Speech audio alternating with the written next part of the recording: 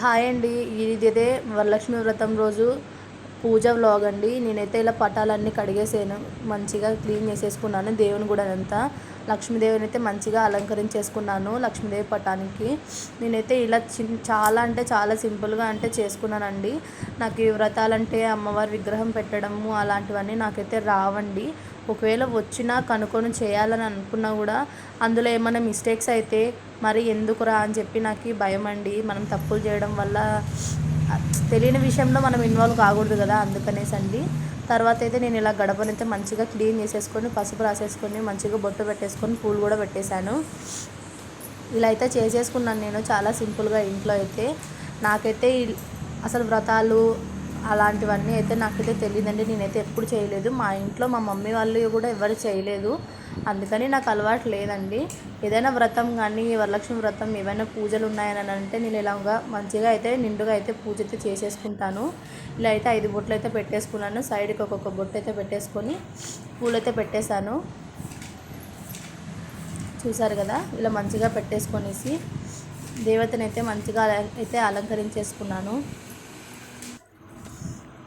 ఇది వ్లాగ్ అయితే చూస్తున్నారు కదా, ఇలా మంచిగా దేవుని సామాన్లు అన్నీ కూడా కడిగేసుకున్నానండి. నేను నీట్గా కడిగేసుకొని ఇప్పుడు అక్కడంతా పెట్టిన తర్వాత ఇలా ఒత్తులు అనేది చేస్తున్నాను అనమాట. నేను దూదితో ఇలా ఒత్తులు చేసేసుకొని నేను దీపాంతంలోకి పెట్టేసుకుంటున్నాను. అందులోకి ఆముదం అనేది వేసేసుకొని మంచిగా అయితే చేసేసాను.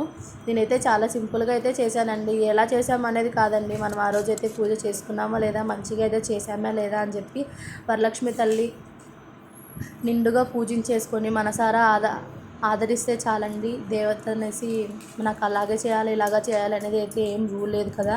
నేనైతే ఇలాగైతే చేసేసుకున్నాను. ఏదో నాకు వచ్చిన విధంగా నాకు తోచిన విధంగా నేనైతే ఇలా చేసేసుకున్నాను. పటాలు అవన్నీ అయితే నీట్గా అయితే ఫస్ట్ అయితే క్లీన్ చేసేసుకున్నానండి నేను. టెంకాయ అమ్మవారికి అయితే ప్రసాదం అయితే పెట్టేశాను. ఇలా పటాలు కడిగినప్పుడు నేను ఖచ్చితంగా అమ్మవారికి కానీ ప్రసాదం పెడతానండి. నేనైతే ఇలా ఫస్ట్ అయితే కుక్కర్లోకి అయితే రైస్ తీసేసుకున్నాను. రైస్ ఇలా మెత్తగా అయిన తర్వాత విజిల్స్ అనేది 4-5 విజిల్స్ పెట్టేసుకొని మెత్తగా అయ్యేంత వరకు విజిల్స్ పెట్టేసుకున్నాను. తర్వాత అందులోకి ఇలా కుక్కర్ నుంచి తీసేసి ఇలా డేక్షాలోకి అనేది రైస్ అయితే వేసేసుకున్నాను. అందులో చేసే రాదు కదా బెల్లం అన్నం అనేది. తర్వాత అందులో కొంచెం నెయ్యి అనేది వేసేసుకొని కొంచెం బెల్లం అనేది వేసేసుకొని మొత్తం మిక్స్ చేసేసుకున్నాను. తర్వాత అయితే ఇలాగ నెయ్యి పెట్టేసుకొని జీడిపప్పు అనేది వేయించేసుకున్నానండి. జీడిపప్పు అయితే ఒక్కటే ఉందండి నా దగ్గర, ఇంకేమని కిస్మిస్ అలాంటివన్నీ ఏమీ లేవు. నిన్నంతోనే అడ్జస్ట్ అయిపోవాలి కదా. ఇలాగైతే ఆ దేవతకైతే ప్రసాదం అయితే ఇలా చేసేసాను.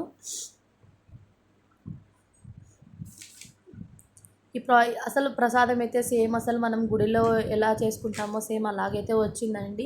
నేనైతే ఫస్ట్ టైం అయితే ఇలా ట్రై చేశాను నెయ్యితో. మేమైతే నెయ్యి అనేది తినమండి. మా పిల్లలు కూడా నెయ్యి అనేది టేస్ట్ తెలియకపోనట్లా బాగుంది మమ్మీ అని చెప్పి తినేశారు. ఇలా అమ్మవారికి అయితే ప్రసాదం అయితే పెట్టేశాను. బెల్లం అన్నం అయితే చేసేసానండి. ఇప్పుడు నేను మన దగ్గర ఉన్న ఎంతో కొంత మనీ అనేది నేను అక్కడ పెట్టేశాను. తర్వాత అయితే టెంకాయ మొత్తం కడిగేసానండి. కడిగేసుకొనేసి మంచిగా అయితే చాలా గొంతు నొప్పిగా ఉందండి, జలుబు వేసింది కాబట్టి. దీపాంతలు అయితే ఇంక వేసేస్తున్నాను. దీపాలు అనేది ఎప్పుడే కానీ నాకు తెలిసినదైతే ఇదే విషయం అండి, అగ్గిపెట్టెతో మాత్రం దీపాలు అనేది అంటియకూడదండి.